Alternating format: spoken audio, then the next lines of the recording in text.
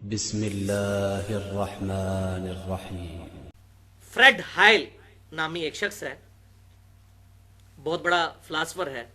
اس نے ایک جملہ کہا اور خود رچرڈ ڈانکنز نے اس کا یہ جملہ نقل بھی کیا ہے اپنی اس کتاب دا گاڈ ڈیلوژن کے چیپٹر نمبر 4 میں، اور چیپٹر نمبر 4 میں اس نے مین باب ہی یہی باندھا ہے، دا الٹیمیٹ بوئنگ 747۔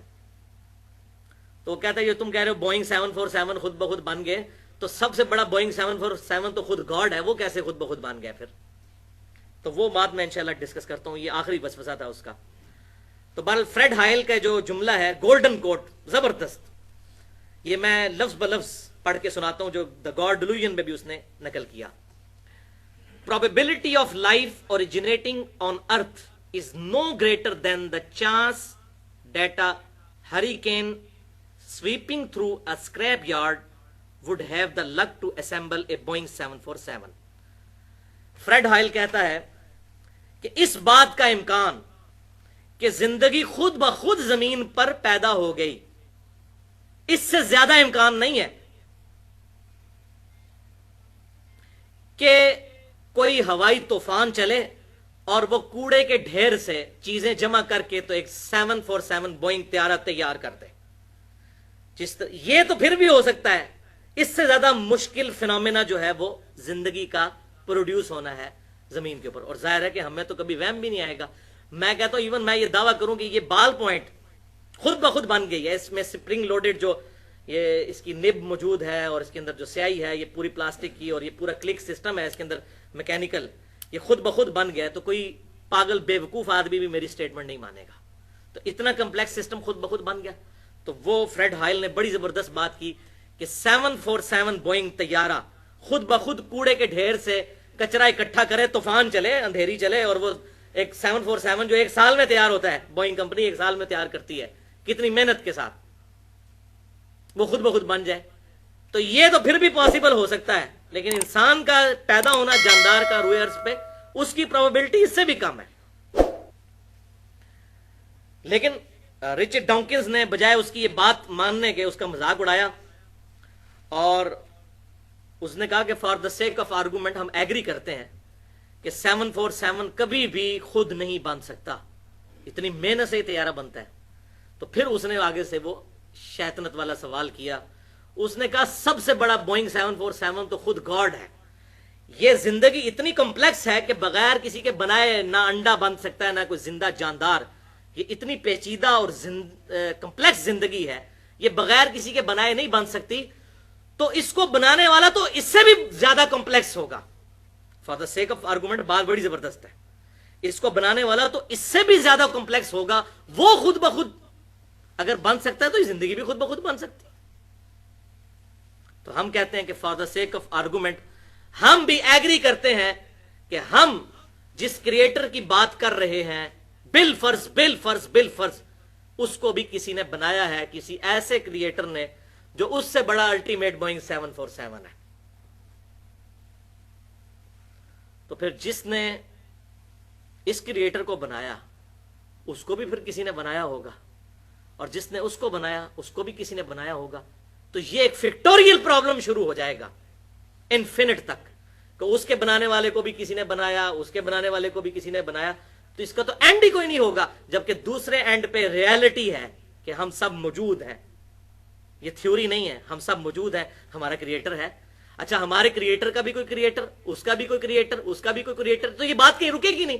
میتھمیٹیکلی یہ رانگ سٹیٹمنٹ اور اللاجیکل ایک فنکشن بن جائے گا، سوائے اس کے کہ یہ بات مان لی جائے کہ کوئی ایک کریٹر ایسا ہے کہ جس سے پہلے کوئی کریٹر نہیں تھا، وہ تھا ہمیشہ سے، اور اس سے یہ ساری کی ساری چیزیں اوریجنیٹ ہوئیں، تبھی تو یہ ایکویشن مکمل ہوگی کہ ہمارے بنانے والے کو کسی نے بنایا، اس کو کسی نے بنایا، اسی نے کسی نے، تو الٹیمیٹلی کسی ایک کریٹر تک ہم پہنچیں گے کہ جسے کسی نے نہ بنایا ہو، تبھی یہ ایکویشن مکمل ہوگی۔ تو بھائی وہی تو ہے لم یلد ولم یولد،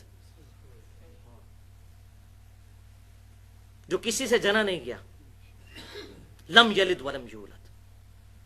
اور قربان جاؤں آپ صلی اللہ علیہ وسلم کے، بخاری اور مسلم کی متفق علیہ حدیث ہے، آپ صلی اللہ علیہ وسلم نے ارشاد فرمایا کہ ایک زمانہ آئے گا کہ لوگ آپس میں یہاں تک سوال کریں گے کہ یہ کائنات اگر اللہ نے بنائی ہے تو اللہ کو کس نے بنایا ہے. تو رچرڈ ڈاؤکنز کی کتاب پڑھ کے تو مجھے وہ یقین آیا کہ واقعی آپ صلی اللہ علیہ وسلم نے سچ فرمایا تھا. اور ایک اور حدیث بخاری اور مسلم کی ہے، اس میں آیا کہ شیطان آتا ہے انسان کے پاس، وہ کہتا ہے یہ چیز کس نے بنائی، یہ کس نے بنائی. الٹیمیٹلی پوچھتا ہے اللہ کو کس نے بنایا. جب یہ کہے تو تم کہو اعوذ باللہ من الشیطان الرجیم اور اللہ کی پناہ حاصل کر لو. لیکن اس کا ایک ترک صحیح سند کے ساتھ سنن ابی داؤد میں انٹرنیشنل نمبرنگ کے مطابق 4723 اور سنن نسائی الکبریٰ میں 10497 نمبر حدیث ہے. بہترین یہی حدیث ہے کہ شیطان آ کے سوال کرتا ہے تو اس میں آپ صلی اللہ علیہ وسلم نے فرمایا کہ تم کہو فقولوا اللہ احد اللہ الصمد لم یلد ولم یولد ولم یکن لہ کفوا احد. تم کہو کہ اس نے بنایا ہے مجھے جو اکیلا ہے، اس کا کوئی ثانی نہیں ہے، بے نیاز ہے، نہ اس نے کسی کو جنا نہ وہ خود کسی سے جنا گیا، اور اس کی برابری کا اس کی ٹکر کا کوئی نہیں ہے. یہ سورۃ الاخلاص جو ٹچ سٹون آف تھیولوجی ہے، توحید کا سمجھ لیں کسوٹی، جو یہ گولڈ سمتھ سنیاروں کے پاس کسوٹی ہوتی ہے نا، ٹچ سٹون آف تھیولوجی سورہ اخلاص ہے. تو تم یہ سورہ اخلاص پڑھ دیا کرو. اور ایک اور حدیث بخاری اور مسلم کی ہے جس میں آپ صلی اللہ علیہ وسلم نے ارشاد فرمایا کہ جب شیطان یہ وسوسہ دلائے تو کہا کرو آمنت باللہ ورسولہ، میں ایمان لایا اللہ پر اور اس کے رسولوں پر. اب یہ کہنا تو بڑا سادہ سا جملہ ہے، لیکن اس کے پیچھے کیا فلسفی ہے کہ دنیا میں ہزاروں پیغمبر آئے، رپورٹ ہوئے مختلف علاقوں میں، اور ہزاروں پیغمبر ایک ہی بات کرتے رہے کہ آخرت کا دن ہے، ہمیں پیدا کرنے والا ایک اللہ ہے جو اچھائی سے خوش ہوتا ہے، برائی سے ناراض ہوتا ہے، دنیا میں کسی کے ساتھ زیادتی نہ کرو، اس کے احکامات کی پیروی کرو. تمام انبیاء ایک ہی دعوت دیتے آئے.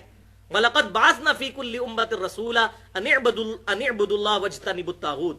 ہم نے ہر قوم میں کوئی نہ کوئی پیغمبر بھیجا ایک ہی دعوت کے ساتھ کہ اللہ کی عبادت کرو اور اجتناب کرو طاغوت سے. ہزاروں پیغمبر ایک ہی بات کرتے آئے.